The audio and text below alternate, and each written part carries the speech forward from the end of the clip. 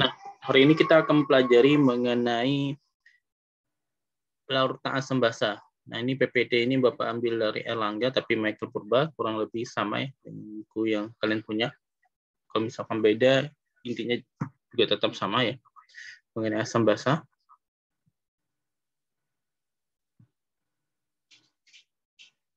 Nah, jadi di sini kita akan mempelajari mengenai larutan ya, larutan asam dan basa.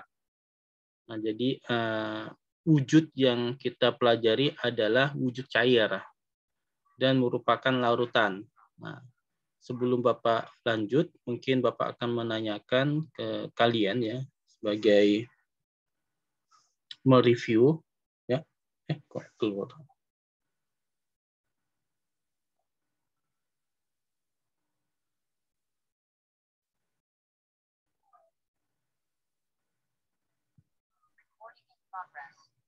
Nah, mereview mengenai apa itu yang dimaksud dengan larutan ya. Apa itu yang dimaksud dengan larutan?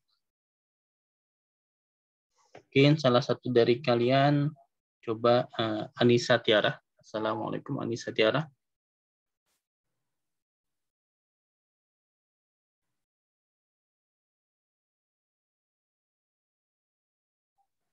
Halo, Assalamualaikum Anissa Tiara.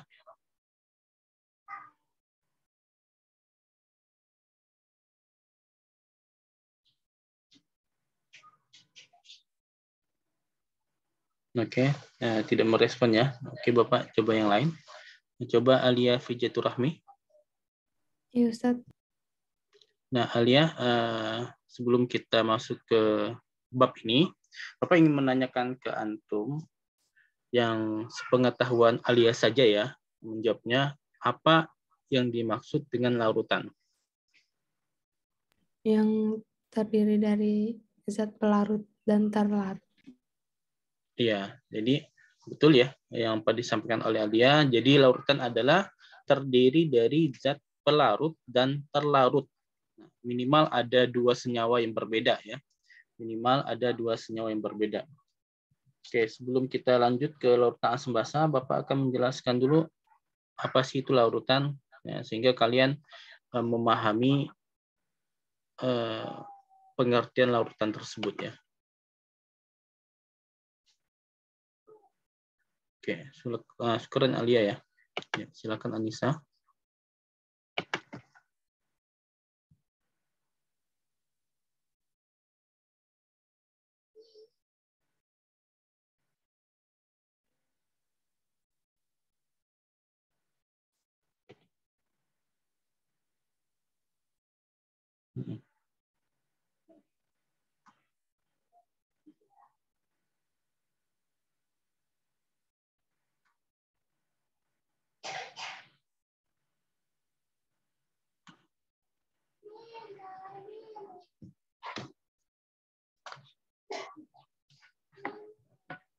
Oke, syukuran Bu Rizka.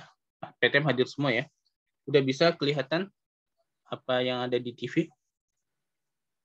Belum Pak, HDMI-nya ternyata kendor. Oh, kendor. Oke. Mungkin kalau bisa pakai HDMI yang kedua ya. Pak masing-masing ya. Oke, kita lanjut ya. Nah, jadi untuk masuk bab ini, ada yang harus kita memahami mengenai larutan ya. Larutan. Nah, apa yang disampaikan Alia Fijatur Rahmi itu betul, bahwa larutan itu terdiri dari dua. Pertama adalah pelarut ya. Yang kedua adalah zat terlarut. Nah, contohnya misalkan larutan garam.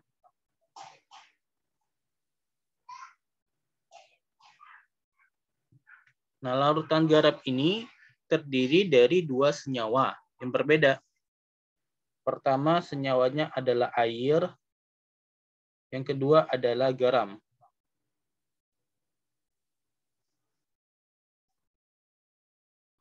uniknya pada larutan ini sifat dari senyawa asal itu tidak berubah ya. Sifat dari senyawa asal itu tidak berubah. Jadi garam memiliki sifat asin dan air itu sebagai pelarut yang bisa dicerna ya. Jadi sifat asalnya itu tidak berubah.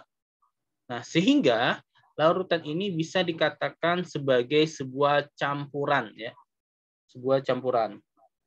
Ya, jadi ini adalah campuran. Nah, campuran yang fasenya sama.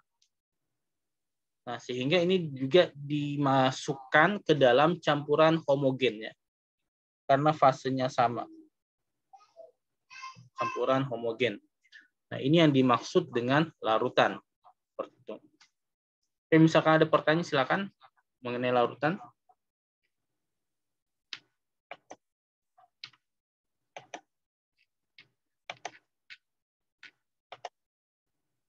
Nah, baru kita akan masuk ke asam basanya itu seperti apa. Nah, ini adalah teori atau logika konsep ya, konsep sehingga kalian bisa memahami menggunakan akal kalian apa itu yang dimaksud dengan asam dan basa ya. Apa itu yang dimaksud dengan asam dan basa? Nah, yang pertama menunjukkan asam dan basa. Jadi ada suatu cara di mana dengan cara tersebut kita bisa mengetahui suatu zat, misalkan yang ada di rumah kita ataupun yang kita beli di warung atau di tempat toko swalayan, kita bisa mengetahui bahwa senyawa tersebut mengandung asam atau basa. Ya, kita bisa mengetahui senyawa tersebut mengandung asam atau basa, atau zat yang kita beli itu mengandung asam atau basa, itu kita bisa mengetahuinya. Dengan cara apa kita mengetahuinya? Yaitu dengan menggunakan indikator. Ya, menggunakan indikator. Jadi indikator itu adalah suatu zat yang dimana zat tersebut menunjukkan perbedaan warna ketika dimasukkan ke dalam larutan asam atau ke dalam larutan basa. Nah, jadi indikator itu membedakan suatu zat, nah apakah zat itu asam atau basa dengan perubahan warna, ya, dengan perubahan warna. Nah, salah satunya misalkan kalian menggunakan bunga kembang sepatu, ya, bunga kembang sepatu. Jadi bunga kembang sepatu itu bisa kita jadikan sebagai indikator apakah senyawa itu adalah asam atau basa. Nah, kok bisa, Pak? Karena bunga kembang sepatu ketika dimasukkan ke dalam senyawa yang sifatnya asam, kemudian dimasukkan lagi ke dalam senyawa yang sifatnya basa, itu berbeda warnanya. Nah, sehingga bunga kembang sepatu bisa kita jadikan sebagai indikator, ya, sebagai indikator. Nah, kemudian di sini ada yang dinamakan dengan pH. pH itu ukurannya, ukuran dari kadar keasaman, ya, ukuran dari kadar keasaman. Kalau di sini dikatakan adalah parameter yang digunakan untuk menyatakan tingkat keasaman larutan. Nah, jadi pH itu memberitahukan kita informasi bagaimana tingkat keasaman dari suatu zat tersebut. Nah, jadi misalkan ada dua zat, asam sulfat dengan asam cuka. Nah, dengan menggunakan pH, kita bisa mengetahui bahwa pH dari asam sulfat itu lebih kecil daripada asam cuka. Ya, pH asam sulfat itu lebih kecil daripada dengan asam cuka. Nah, informasi itu juga memberitahukan ke kita bahwa kecilnya pH asam sulfat itu memiliki sifat asam yang sangat besar daripada asam cuka. Nah, jadi hati-hati dalam menggunakan asam sulfat karena pH-nya kecil. pH-nya kecil itu menandakan bahwa kekuatan asamnya kuat ya. Kekuatan asamnya kuat. Jadi hati-hati. Nah, di sini dikatakan larutan asam memiliki pH lebih kecil dari 7. Ya, ada pertanyaan silakan, enggak apa-apa. Oh, silakan Maila ya, silakan Maila. Nah, larutan asam memiliki pH lebih kecil dari 7 ya. pH lebih kecil dari 7. Nah, sedangkan larutan basa memiliki pH lebih besar dari 7. Nah, kalau begitu untuk pH itu ada rentang ya. pH itu ada rentang.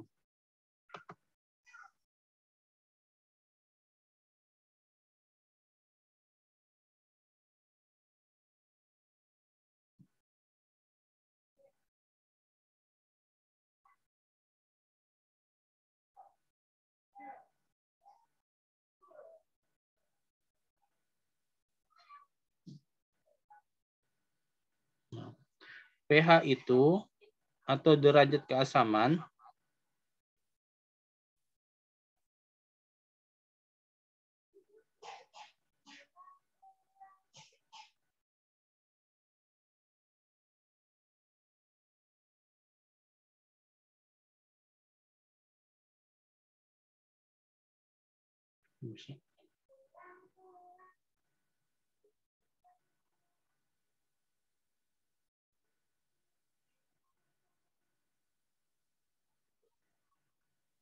Nah, pH itu bisa disebut juga dengan derajat keasaman ya.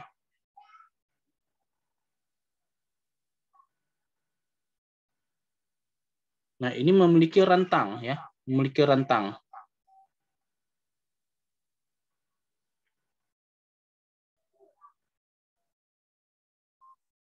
Nah, rentangnya dari berapa sampai berapa? Nah, rentangnya itu dari angka 1 sampai 14. Ya. Dari angka 1 sampai 14. Nah, tadi dikatakan bahwa pH 7 itu normal ya. Itu merupakan pH air, pH 7. Nah, 7 itu pH normal. Di atas 7, 8, 9, 10 sampai 14, senyawa tersebut sifatnya basa. Ya, basa. Nah, kurang dari 7, misalkan 6, 5, 4, 3, 2, 1, senyawa tersebut sifatnya asam. Nah, semakin kecil pH-nya, asamnya kuat. Nah, semakin besar pH-nya semakin basa ya.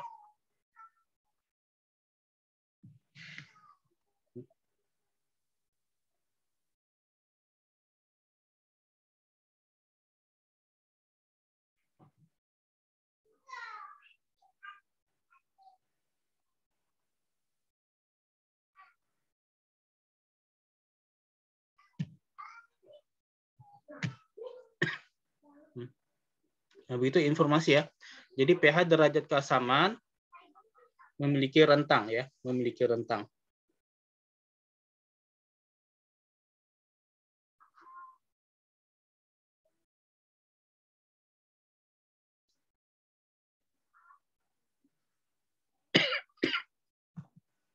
Oke.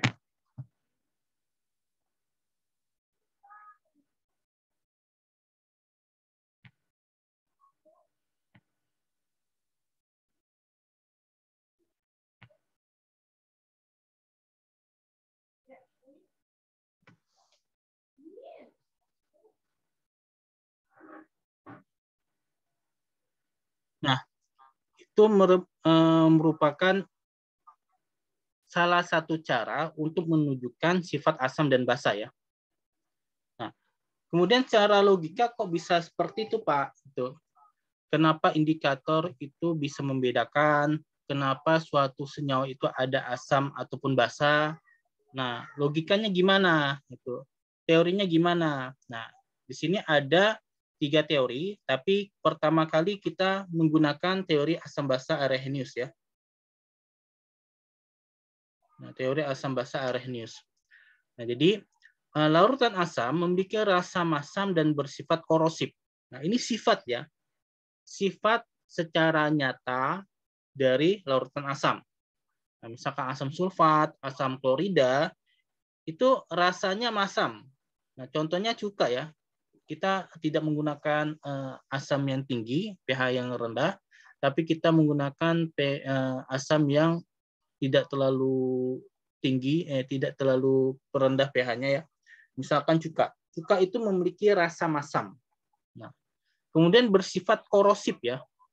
Jadi bisa merusak logam, marmer, dan berbagai bahan lainnya. Nah, kemudian itu sifat dari asam. Nah, basa juga memiliki sifat. Sekarang sifat basa itu pahit dan bersifat kaustik, licin. Contohnya sabun. Misalkan ketika kalian mandi, kenapa sabun itu licin? Salah satunya karena dia mengandung basa. Basanya itu biasanya natrium hidroksida ataupun kalium hidroksida. Nah, dan sabun itu pahit. Nah, coba aja ya, coba saja kalian menjilat sedikit sabun itu pahit rasanya karena sifatnya ada sifat basa. Ya.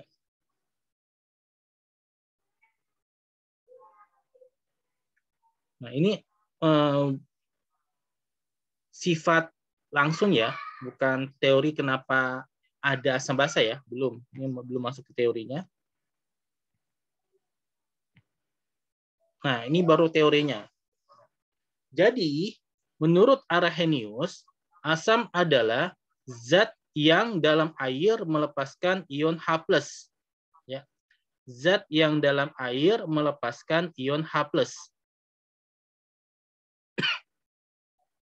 Asam Arrhenius dapat dirumuskan sebagai HXZ dan dalam air mengalami ionisasi sebagai berikut. Nah, Bapak ingin menjelaskan dengan penjelasan dari Bapak ya. Jadi, menurut Arrhenius, yang Bapak pahami, apa yang dikatakan oleh Arrhenius ini, asam itu adalah suatu zat atau senyawa yang dimana ketika dia dimasukkan ke dalam air, senyawa tersebut bisa melepaskan ion H+. Nah, itu intinya seperti itu. Jadi ketika zat ini, senyawa ini dimasukkan ke dalam air, zat tersebut bisa melepaskan ion H+, ya. Bisa melepaskan ion H+. Maka zat tersebut dikatakan asam. Nah, Bapak, contohnya di sini adalah HXZ. Nah, di sini H+ dan Z-.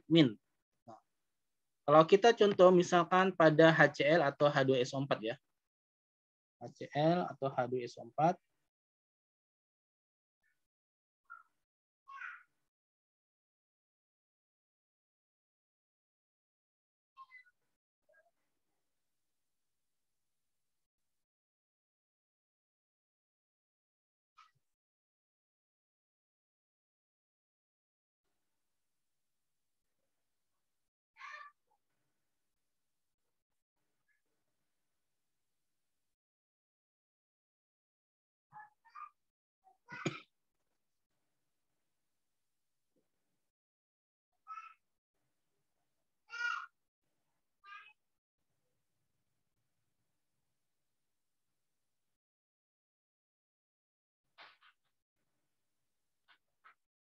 Nah, jadi misalkan Bapak ambil suatu senyawa, itu HCl.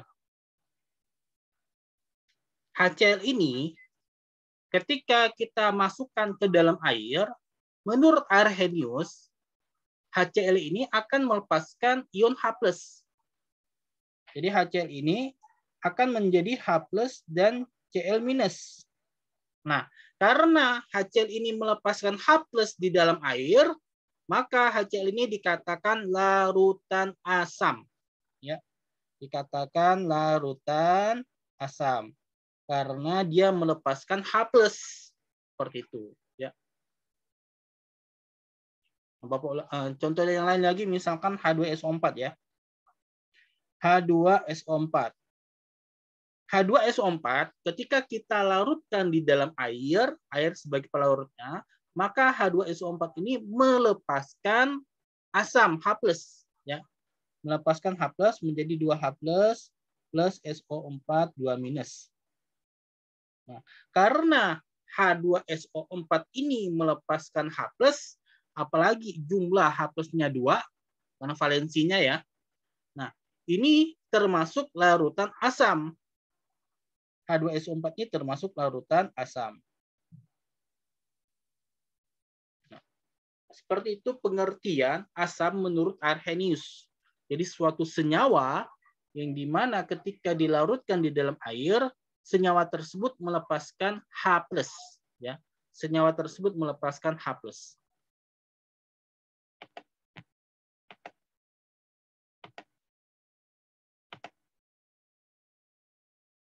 Nah, walaupun di sini ada penjelasan lain ya. Jumlah ion H+ yang dapat dihasilkan oleh suatu molekul asam disebut valensi asam.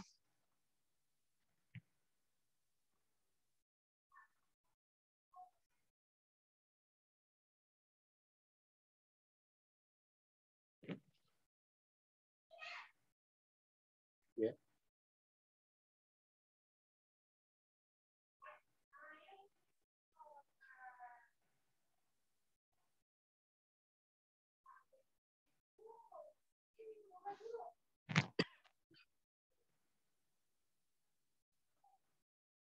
Nah, sedangkan di sini ion negatif yang terbentuk dari asam setelah melepaskan ion H+ disebut ion sisa asam. Ya.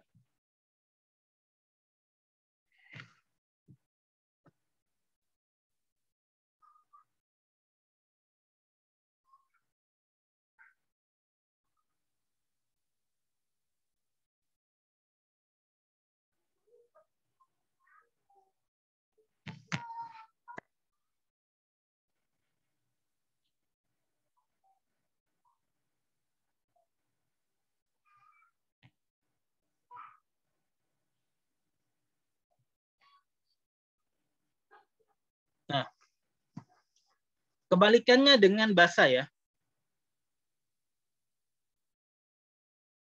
Nah, kalau basa itu adalah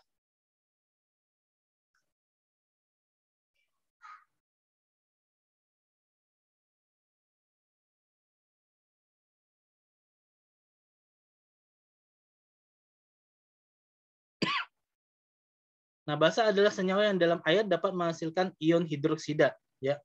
Yang dapat menghasilkan ion hidroksida.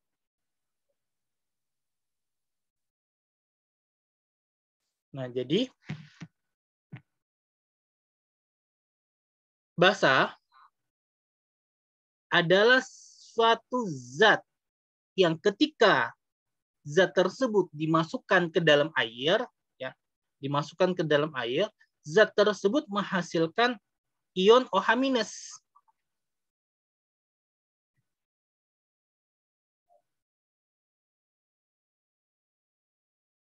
Ion OH-. Nah, itu dia. Jadi contohnya di sini kan MX plus dan OH- kan. Nah, Bapak beri contoh misalkan KOH atau BaOH2 ya.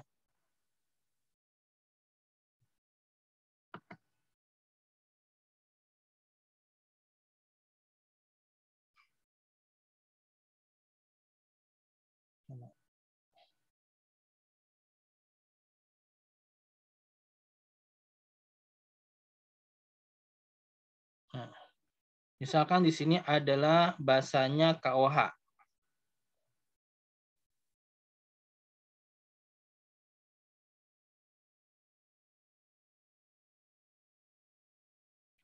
Kalium hidroksida ini ketika dimasukkan ke dalam air, ulangi lagi ya, kalium hidroksida ini ketika dimasukkan ke dalam air, nah kalium hidroksida ini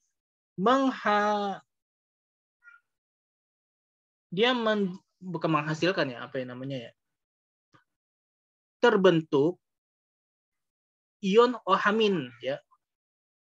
Nah, jadi adanya ion OH-, jadi K+ dan ion OH-. Seperti itu. Nah, karena KOH ini di dalam air dia menghasilkan ion OH-, maka KOH ini disebut dengan larutan basa. disebut dengan larutan basa. Nah, itu yang dimaksud dengan Arrhenius. Jadi, larutan basa adalah suatu zat yang dimana ketika dilarutkan di dalam air, dia menghasilkan ion OH- ya, atau anion OH-. Ini disebut larutan basa. Sedangkan larutan asam tadi adalah suatu senyawa zat yang dilarutkan di dalam air, dia menghasilkan ion H+.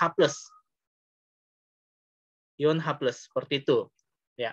Jadi itulah pemahaman dari Arrhenius yang menjadi dasar teori pertama atau logika pertama untuk asam dan basa, ya, untuk asam dan basa. Ada pertanyaan sampai di sini? Silakan.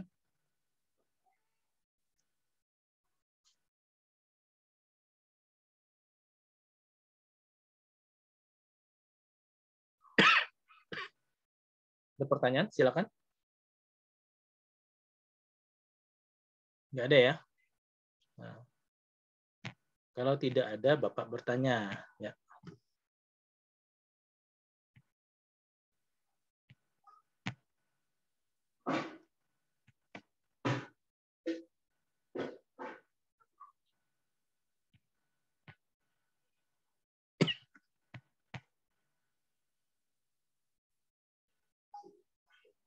Oh ya, makasih Alia ya. Oke, Bapak bertanya ke salah satu dari kalian ya. Nah, coba Nilam Cahya. Assalamualaikum Nilam Cahya. Waalaikumsalam, Ustaz. Nah, Nilam Cahya, ini Bapak mereview. Nah, tadi Bapak sudah menjelaskan mengenai larutan asam dan basa. Nah, apa yang antum tangkap silakan dijawab sesuai yang antum pahami saja ya. Nah, Nilam Cahya, apa yang dimaksud dengan larutan asam? Larutan asam tuh biasanya ya larutan yang bisa menghasilkan H+, ion hidrogen yang H+. Larutan yang bisa menghasilkan, jadi H+ ya? Iya. Seperti itu ya. Nah, kalau larutan basa? Yang bisa menghasilkan hidroksida. Oke, yang bisa Hamin. Oh, hamin ya, betul, hidroksida hamin. Oke. Nah, syukuran Nilam Cahya ya. Nah, Bapak sedikit menambahkan dari pengertian tersebut yang sudah disampaikan Nilam Cahya, betul, adalah suatu senyawa atau larutan yang bisa menghasilkan H+. Nah, tapi penamaan Bapak adalah suatu zat senyawa yang ketika dilarutkan di dalam air ya, ketika dilarutkan di dalam air. Nah, jadi ada penambahan airnya ya. Jadi zat ini dilarutkan di dalam air menghasilkan ya, menghasilkan H+. Nah, begitu juga basa adalah suatu zat yang ketika dilarutkan di dalam air menghasilkan OH-. Ya, seperti itu.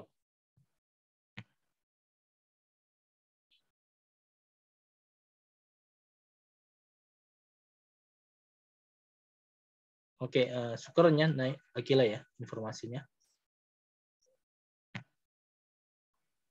Nah, kita lanjut ya.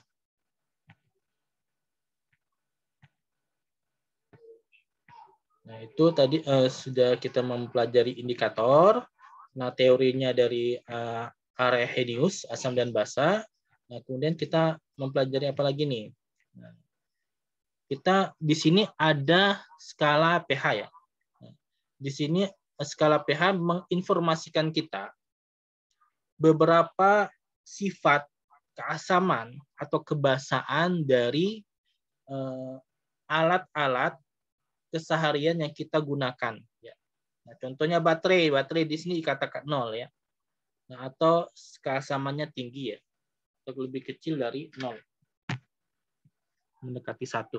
Nah, kemudian ada asam lambung.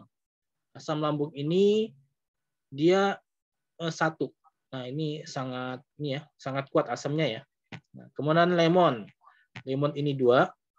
Oke, silakan Berry Linda ya. Silakan Berry Linda. Kemudian cuka ya. Cuka, vinegar itu 3 ya. Tingkat keasamannya. Nah, jadi cuka yang kita makan itu tingkat keasamannya lebih rendah. Bukan tingkat keasaman. Keasamannya lebih rendah daripada lambung kita. Walaupun di sini pH-nya lebih tinggi, tapi suasana asamnya itu lebih rendah. Nah, kemudian tomat. Di sini kopi. Nah, kopi itu asam ya. Nah, jadi jangan banyak-banyak kalian minum kopi. Walaupun kalian ada yang suka kopi, itu jangan banyak-banyak karena kopi itu sifat asam dan dia bisa meningkatkan asam lambung, ya. Apa sampaikan lagi? Kopi itu bisa meningkatkan asam lambung karena sifatnya asam. Karena susu juga asam, ada asam laktatnya ya. Walaupun tingkat keasamannya itu lebih rendah, ya, maksudnya asamnya tidak seperti kopi. Kemudian air, pH-nya 7. Nah, darah kita itu basah ya, darah kita basah. Nah, kemudian baking soda itu basah. Nah, obat sakit perut ketika kita memakan obat sakit perut ya, obat mah itu mengandung ALOH3 atau MgOH2. Nah, sifatnya basah. Nah, kemudian amoniak ya. Kemudian sabun basah. Nah, kemudian pemutih itu basah juga. Nah, kemudian pembersih itu basah juga ya. Jadi di sini disebut kalau netral, ini asidiknya asam, alkalin ini maksudnya adalah basa ya. Seperti itu.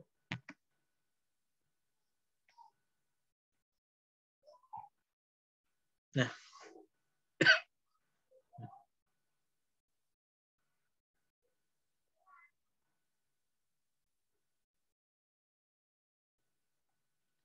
di sini menginformasikan kita beberapa contoh asam dan basa. Ya. Beberapa contoh asam dan basa. Nah, di sini ada asam anorganik, mineral ya. Maksudnya anorganik itu asam yang bukan berasal dari senyawa hidup ya. Bukan berasal dari senyawa hidup. Nah, di sini juga ada asam organik ya, misalkan asam semut ya. Jadi kok di sini dinamakan asam semut, Pak? Nah, ini asam formiat. Kok seperti asam semut dinamakannya? Karena ketika mungkin kalian pernah digigit serangga atau digigit semut ya. Nah, semut itu menggigit kalian itu nggak sakit. Sebenarnya nggak sakit. Yang bikin rasa sakit ketika digigit semut itu karena semut mengeluarkan zat asam. Ya. Jadi sakit dari semut itu karena zat asamnya, bukan karena gigitan semut. Gigi semut itu kecil ya, dia nggak sakit sebenarnya. Tapi karena dia mengeluarkan zat asam, nah dan bisa melepuhkan kulit kita, itu yang membuat saraf kulit kita itu merespon. Oh ini rasa sakit.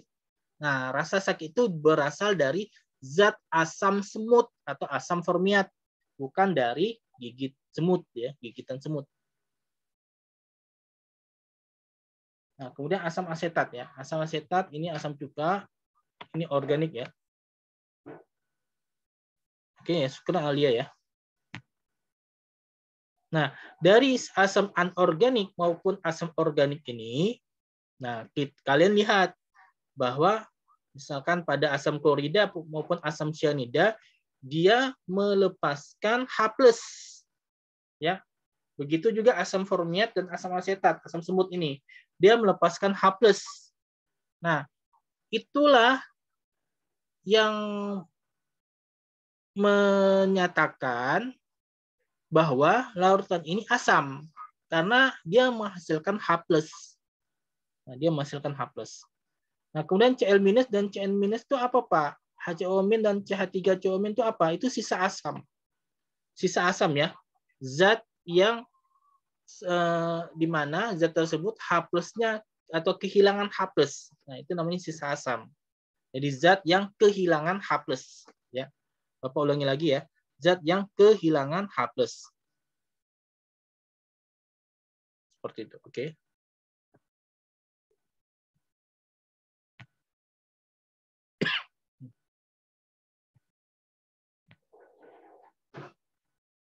Nah, ini POH PKW.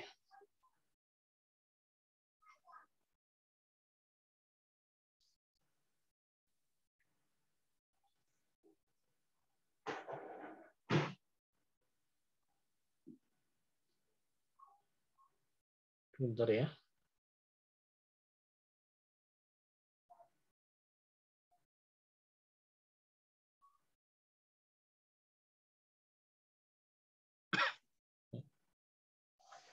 Nah,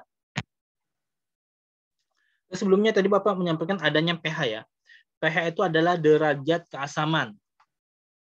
Ukuran yang dimana dengan ukuran tersebut menginformasikan kita sifat dari keasaman suatu zat. Ya, sifat dari keasaman suatu zat.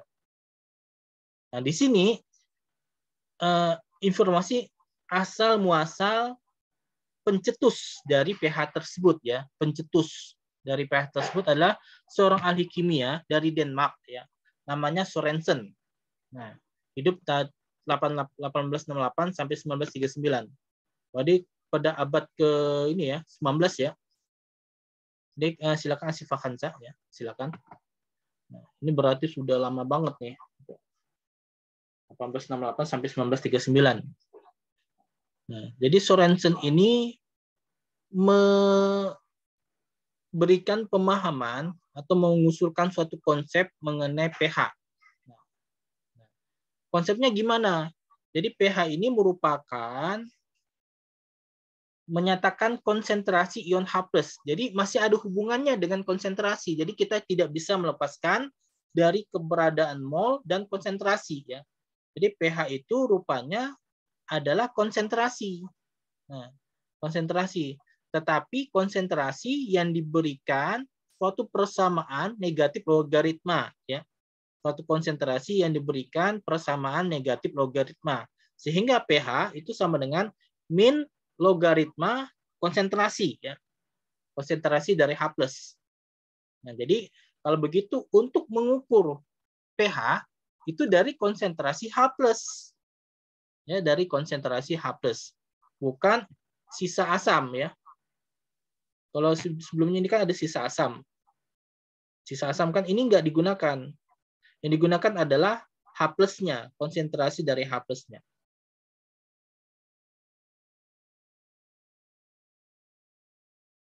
Nah, jadi min logaritma konsentrasi H+ ya. Nah, untuk mencari nilai pH. Nah, di sini jika H+ sama dengan 1 kali 10 pangkat min N. Nah, N ini merupakan ini ya, apa namanya, barisan ya, barisan. Kalau dalam matematika kan barisan ya. Barisan, nah, tapi ini barisan ini menyatakan konsentrasi dari H+ tersebut. Nah, dan sifatnya biasanya H+ itu dia di bawah 1 ya. Jadi 10 di bawah 10 pangkat 0. Nah, jadi 10 min 1, 10 min 2, 10 min 3 seperti itu. Nah, jadi kalau misalkan konsentrasinya adalah 1 kali 10 min N, maka pH-nya N. Nah, ini seperti apa maksudnya, Pak? Nah, gini.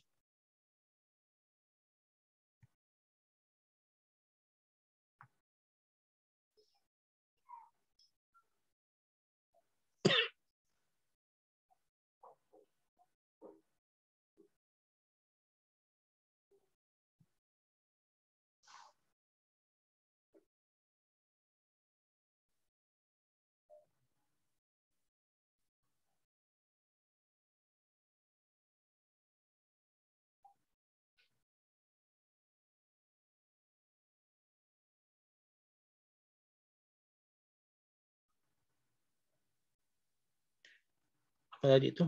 Lupa jadinya. pH ya. H+ ya. Nah, pH itu kan rumusnya adalah min log H+ ya. Nah, ini Bapak ingin menjelaskan dengan konsentrasi dari H+. Jadi konsentrasi H+ itu kan tadi 1 kali 10 pangkat min N. Ini misalkan gini. Suatu asam sulfat atau HCl ya, HCl.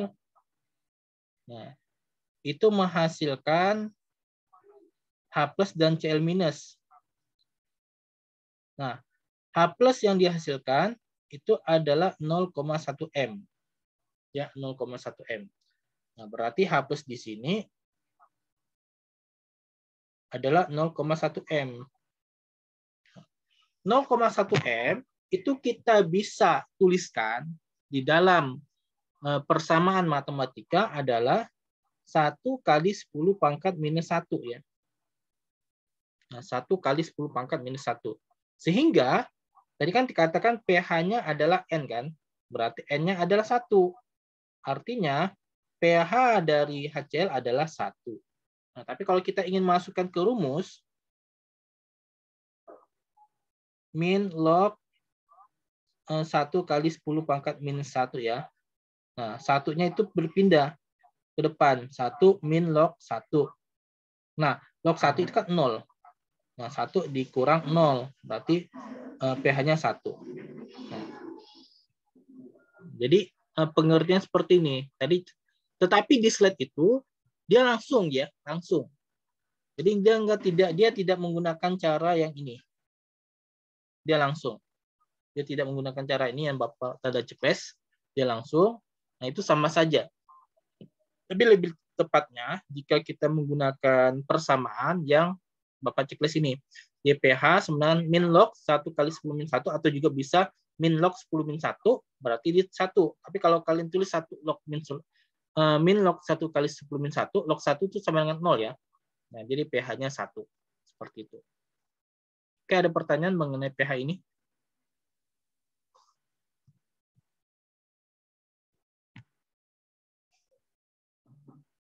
Oke, nggak ada ya.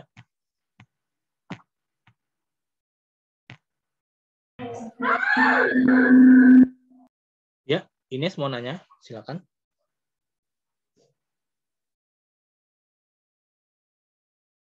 Halo, silakan yang ingin bertanya atau ingin mencatat dulu. Ada misalkan ada yang ingin mencatat, sampaikan ya Pak. Ini saya yang catat dulu. Nah, ntar Bapak nggak lanjutin dulu. Bapak diamin dulu mungkin sekitar 1 atau 2 menit untuk kalian mencatat ya. Tapi kalau tidak ada Bapak lanjutkan. Nah, itu untuk pH ya. pH seperti itu.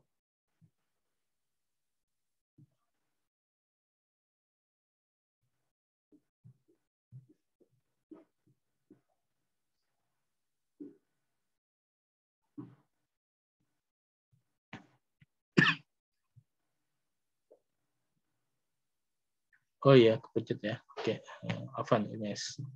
Lanjut ya.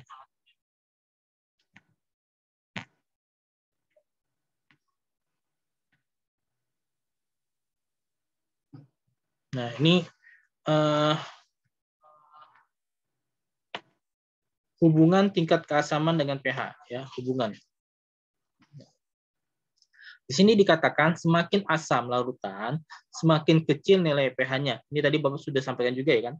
Jadi semakin kecil nilai pH artinya tingkat keasaman semakin tinggi. Nah, ini alasan ya, kenapa hal itu terjadi.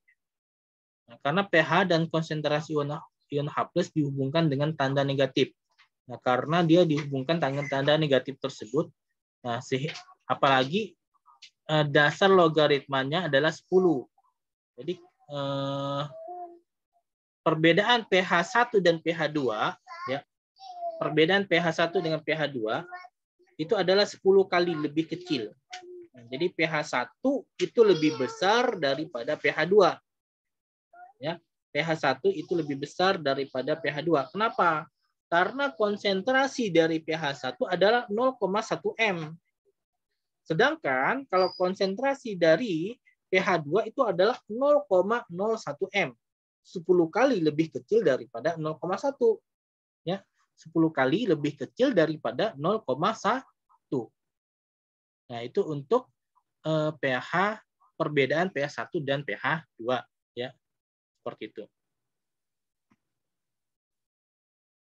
Nah, kalau pH 3 gimana, Pak? Lebih kecil lagi.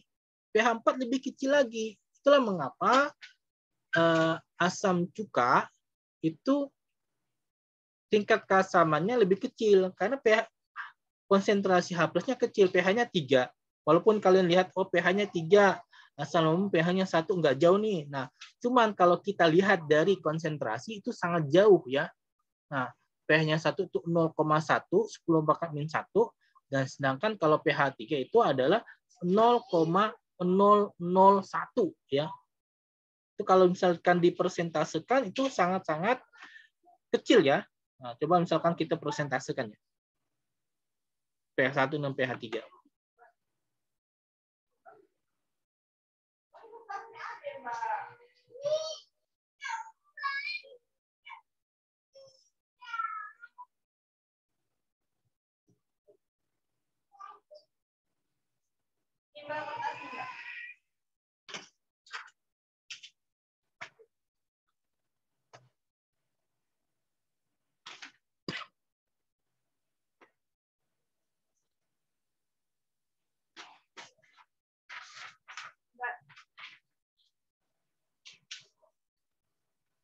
Nah,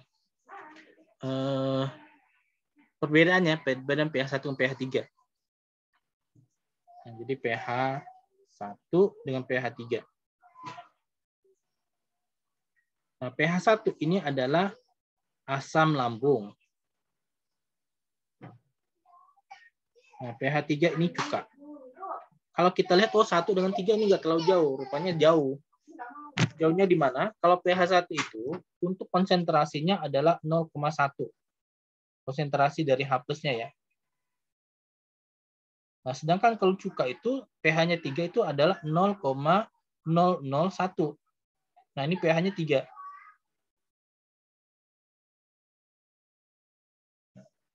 Kalau kita persentasekan, dan fokus persentasenya itu kita pada 0,1 ya, pada 0,1, misalkan ini dikali dengan 10 ya.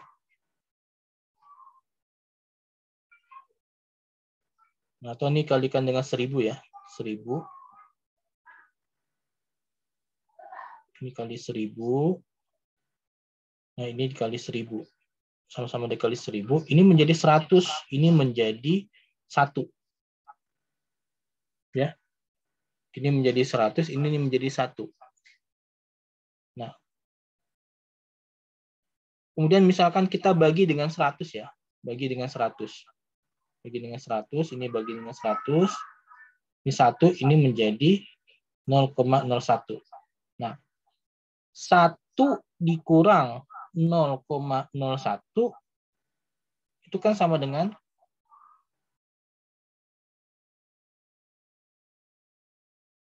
0,99 ya.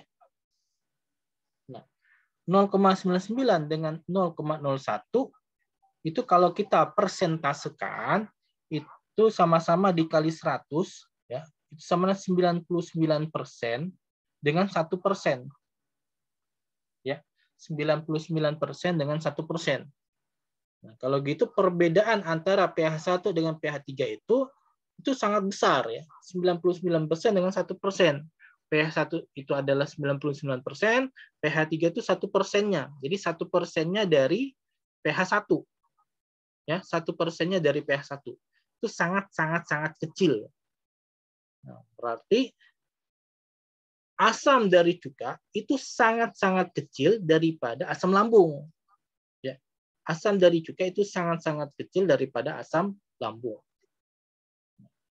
Jadi bisa dikatakan 100 kali lipat dari asam lambung. Jadi asam cuka itu 100 kali lipat dari asam lambung. Seperti itu.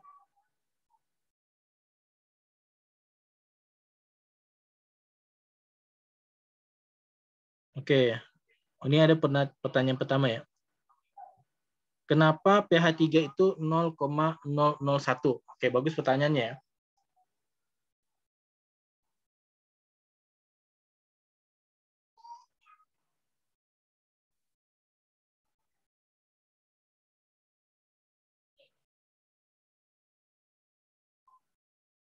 Nah, jadi tadi kan di rumus itu kan adalah pH adalah min log 10⁻⁻n ya. Nah, kemudian pH itu sama dengan N. Nah, berarti kalau pH-nya 3, N-nya berarti berapa? 10-3 kan jadinya? Ya, jadi N-nya jadi 10-3 kan?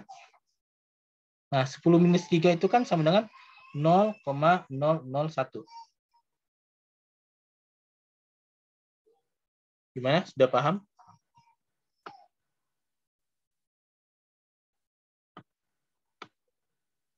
Nah, seperti itu ya. Jadi 0,001. Nah, itu dikali 1000 kenapa?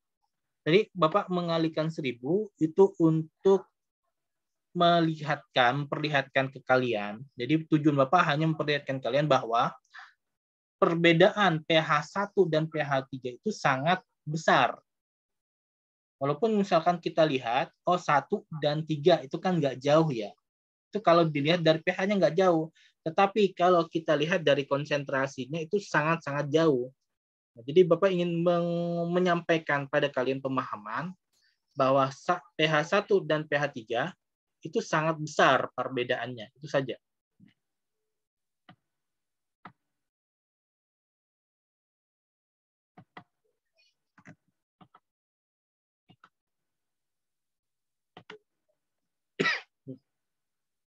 Nah, sama seperti ini. Di sini kan pH 1 dan pH 2 ya. pH 2 itu 0,01, 10 kali lebih kecil ya. Apalagi pH 3, berarti 100 kali lebih kecil. Gitu. Ini sangat kecil.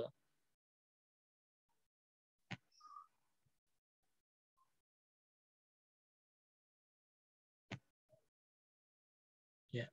Oke, Afan ya. Oke, kita lanjutkan.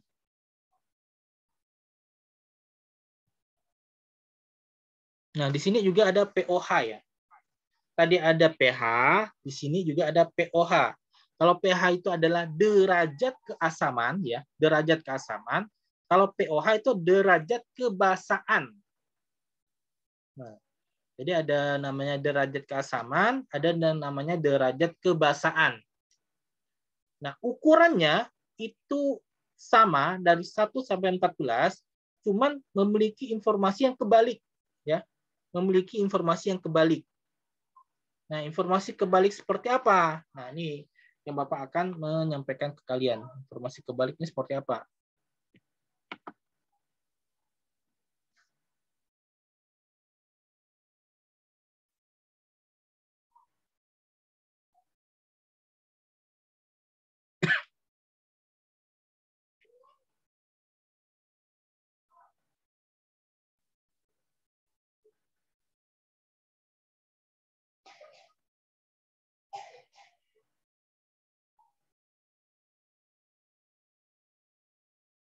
Nah, oke.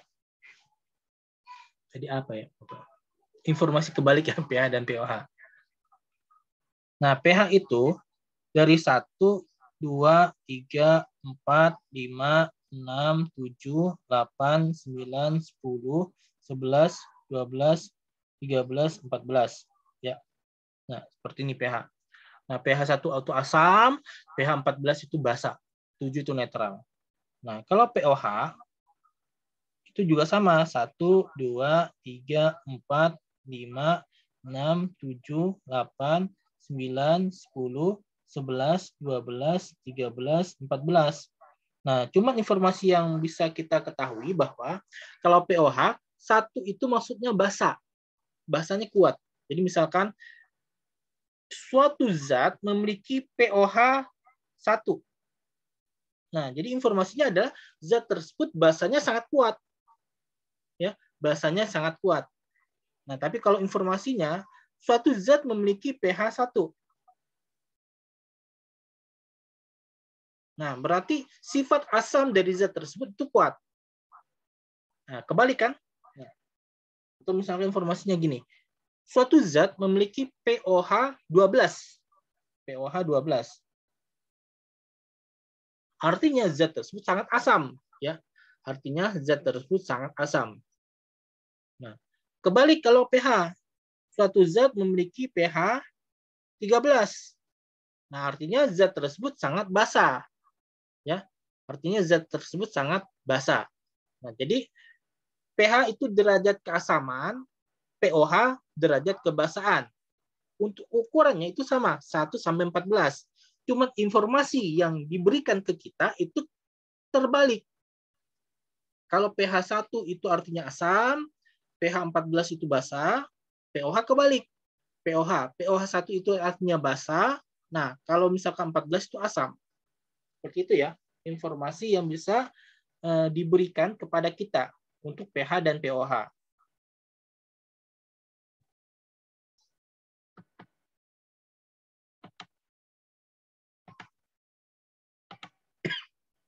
Nah, untuk rumusnya itu sama ya, min log OH min. Silakan Aliyah Fijatur Rahmi, ya silakan.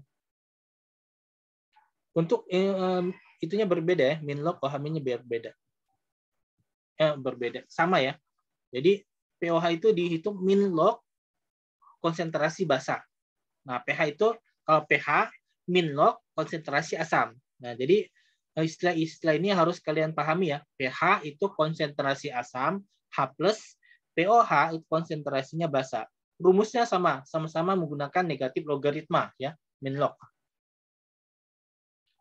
Oke. Di sini ada namanya kesetimbangan air ya, kesetimbangan air. Nah, ini perlu kita pelajari kenapa? Karena air itu sifatnya netral. Sifatnya ada, dia bisa menghasilkan H+ dan OH-. Di sini dibahas salah satu penjelasan mengapa air dapat menghantarkan listrik adalah karena sebagian kecil ya, tidak semuanya ya, air terionisasi. Berarti air itu merupakan elektrolit lemah ya. Air itu adalah elektrolit lemah karena dia bisa mengionisasi ion H+ dan ion OH-. Nah, tetapi di sini kita ke kesetimbangan air ya. Air itu memiliki kesetimbangan, dan ingat pembelajaran kesetimbangan mungkin yang sudah diajarkan oleh Bu Galuh ya. K, kesetimbangan dari suatu reaksi berarti konsentrasi setelah dibagi dengan konsentrasi sebelum. Ya, Bapak ulangi lagi ya. Konsentrasi setelah reaksi dibagi dengan konsentrasi sebelum reaksi. Nah, itu namanya kesetimbangan atau K. Tunggu bentar.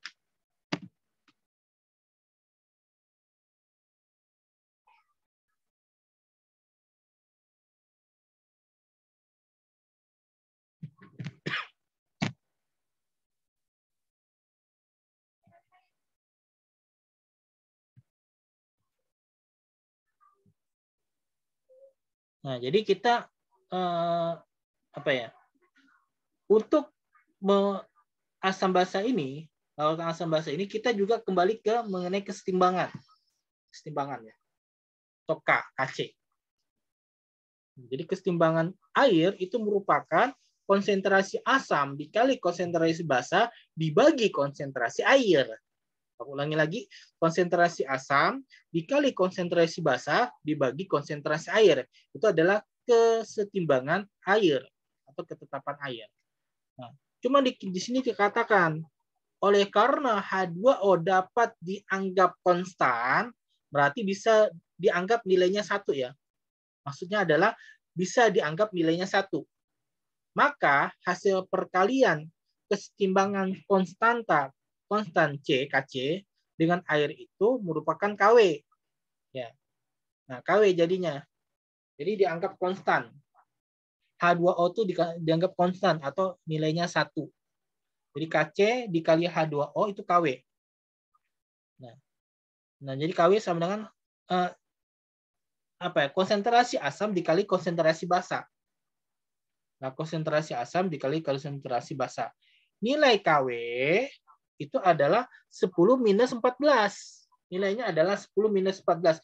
Ini juga asal muasal. Kenapa harga pH itu dan pOH itu dari 1 sampai 14? Karena dilihat dari KW. Nah, dilihat dari KW. Karena kalau misalkan kita lihat, kita logaritmakan PKW min log KW. Berarti nilai PKW itu sama dengan 14. Berarti batas terakhirnya adalah 14. Nah, itu asal muasal kenapa angkanya 1 sampai 14. Nah, itu dilihat dari konstanta ketetapan kesetimbangan air. Kok pakai air, Pak. Nah, tadi ke teori Arrhenius kan menyatakan bahwa asam adalah suatu zat yang dilarutkan di dalam air, kan? Itu mengerti kan? Dilarutkan di dalam air. Berarti air itu memiliki peran juga, gitu. Air itu memiliki peran juga.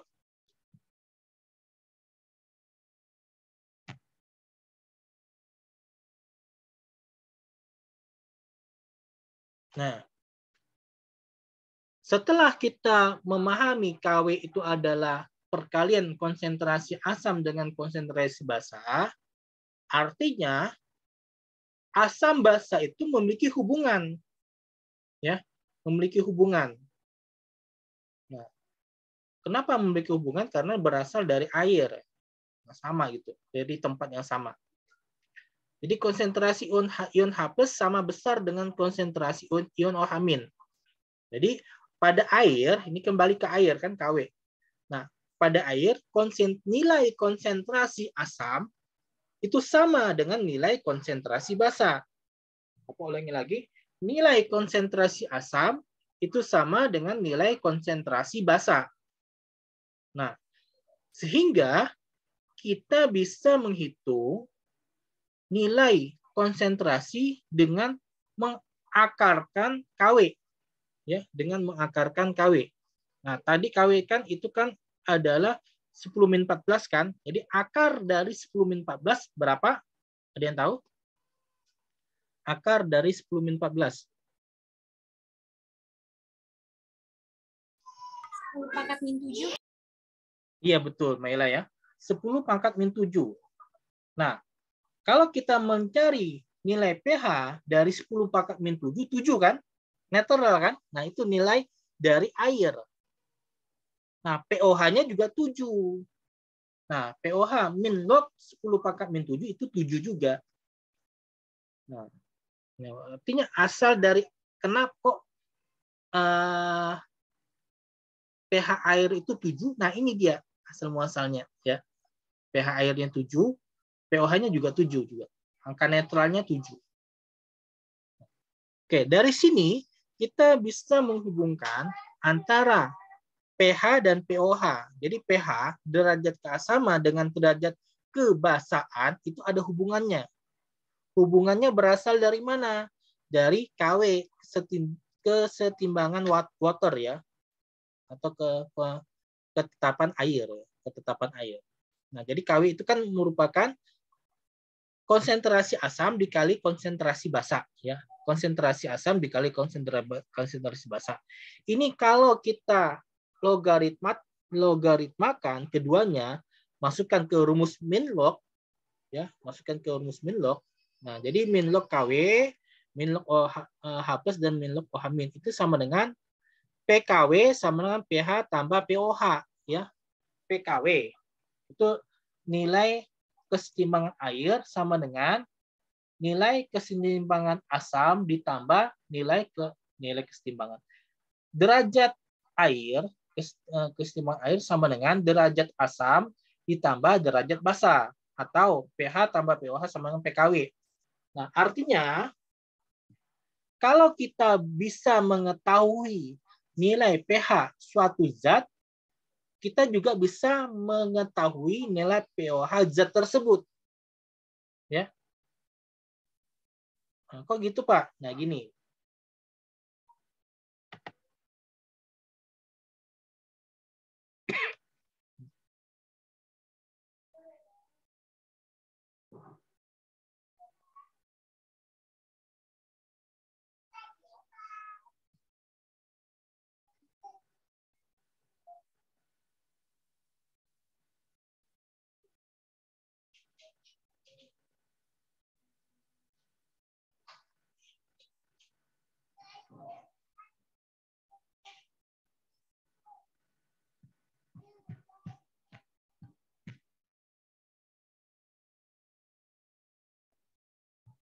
Oke.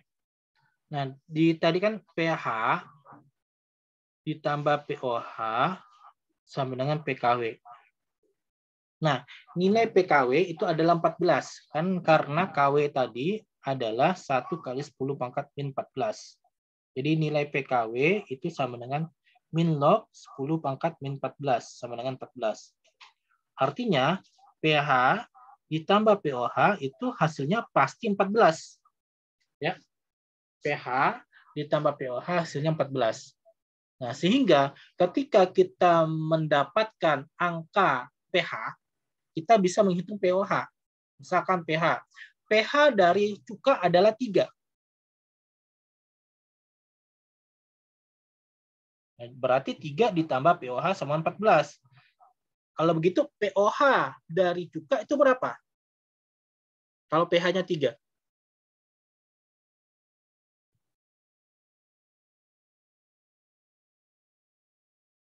Iya, betul ya. Betul Ines ya, 11 ya. Nah, jadi pOH-nya nilainya adalah 14 kurang 3, 11. Jadi kita bisa mengetahui nilai derajat kebasaan cuka dari rumus ini. pH tambah pOH sama dengan 14. Seperti itu. Jadi pOH cuka adalah 11. Oke, ada pertanyaan sampai di sini?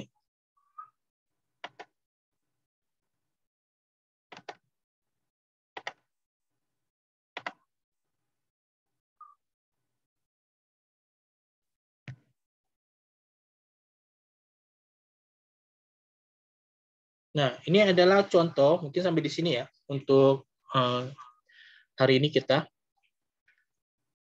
Nah, ini contoh untuk mencari berapa nilai pH jika diketahui konsentrasi. Ya. Jika diketahui konsentrasi. Nah, di sini misalkan 1/10-3, berarti pH-nya 3 nih, gampang kan? Min log 10-3, berarti 3. Nah, coba kita lihat, kan 3 kan? Nah, karena min log 10-3. Nah, kalau di sini 5 kali 10-6, kan min log 5 kali 10-6. Angka 6 ini pindah. Min log 5. Ya. Log 5 ini, kalau kita menggunakan kalkulator, boleh. Ya, log 5. Log 5 berapa? Berarti 6 dikurang dari hasil log 5. Tetapi kalau kita tidak menggunakan kalkulator, artinya kita menggunakan sifat dari logaritma. Ya. Sifat dari logaritma. Nah, log 5 itu kan merupakan 10 dibagi 2 ya. Log 10 dibagi 2. Nah, berarti log 10 dibagi 2 itu merupakan log 10 dikurang min log 2. Jadi sifat logaritma kalian ingat lagi. Sifat logaritma itu misalkan log A kali log B. Ya. Log A kali B itu berarti log A ditambah log B. Oke, tunggu bentar ya, ada.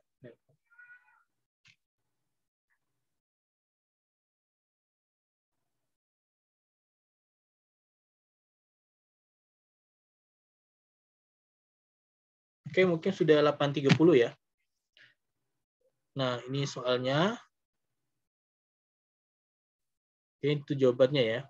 Jawabannya nanti mungkin kita akan bahas untuk pertemuan berikutnya. Nah, paling tidak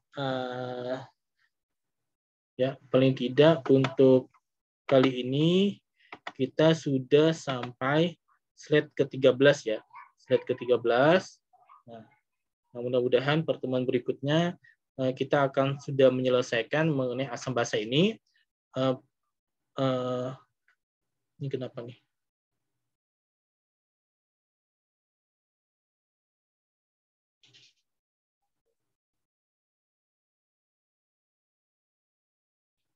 Oke, begitu ya, anak-anak. Bapak akhiri pertemuan kali ini dengan hamdalah. Alhamdulillahirrahmanirrahim. Kemudian Bapak tutup dengan doa kerumun majelis.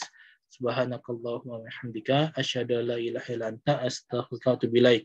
Ya billahi taufiq wal hidayah. Wassalamualaikum warahmatullahi wabarakatuh. Waalaikumsalam Waalaikumsalam warahmatullahi wabarakatuh. warahmatullahi wabarakatuh. Afwan.